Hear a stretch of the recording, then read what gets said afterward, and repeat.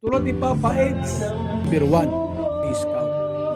Papa Eds. Next na po, walang BTS. Kahit masipag siya, hindi siya nagwalay kay Kalinga Prab. Nandun siya palagi.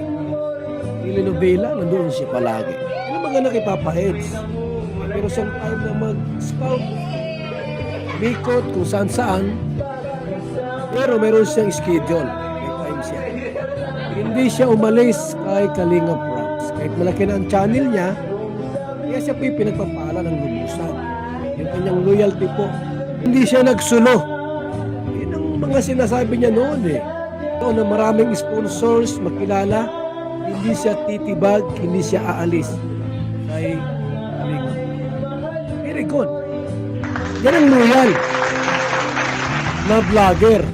Kalinga charity vlogger, loyal po yan.